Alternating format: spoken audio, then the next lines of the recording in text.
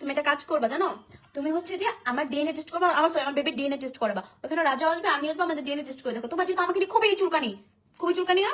বিষয়টা একটু ব্যাখ্যা করবেন? চুপ। তুই মিথিলার সামনে দাঁড়ানোর যোগ্যতা রাখ না। ওরকম দাঁড়ানোর যোগ্যতা রাখতে হলে আমাকে অনেক রিসোর্টে যেতে হবে, ওটা আমি যাইতে পারবো না। আচ্ছা ভাই, এদের পন্দাবন্দি কি কোনোদিন শেষ হইতো না? যাই হোক, যারা এই কন্টেস্টটা বুঝতেছেন না তাদের উদ্দেশ্যে বলতে চাই যে একে টিকটকার বললে ভুল হবে, রাকিব হোসাইনদের চামচা মিথিলা, সে আর এই টিকটকারের মধ্যে কন্ট্রোভার্সি চলতেছে। মিথিলা আখির উপরে ব্লেম দিছে যে আখির বাচ্চাটা নাকি রাজার সন্তান না, মানে আখি আরেকজনের সাথে করেছে, তার ফলে আখির মেয়ে হয়েছে। তো আখি এখন লাইভে এসে বলতেছে যে আখির বাচ্চারা ডিএনএ টেস্ট করতে, যে এটা কি আসলেই রাজার ছেলে নাকি।